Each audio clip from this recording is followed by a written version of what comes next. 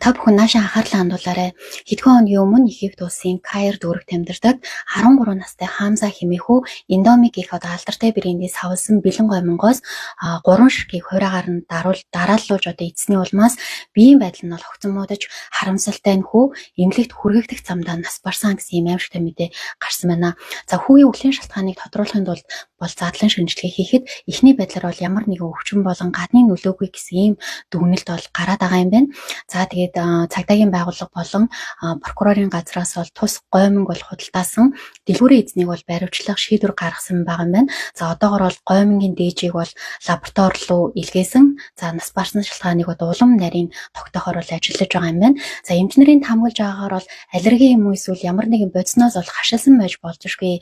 За учир нь гэх юм бол гомин дотор хэрэглэгддэг нэмэлт бодис болон гурилан бүтээгдэхүүнд бол хашаалтай байсан байж магадгүй. За эсвэл гоминг хувираагаар нь бол хит их эзнээс болж хоол боловсруулах хэрэгтэнд бөглөрөл үүсэж за улмаар бол цусны эргэлтэнд аюултай үр дагавар үүссэн байх боломжтой гэж бол олон талаас нь таамаглаж байна. За ялангуяа бага өсвөр насны хүүхэдтэй эцэг эхчүүдтэй сэрэмжлүүлэг хүргэх үүднээс энэ мэдээллийг бол заавал бол хүргэхийг хүссэн юм а.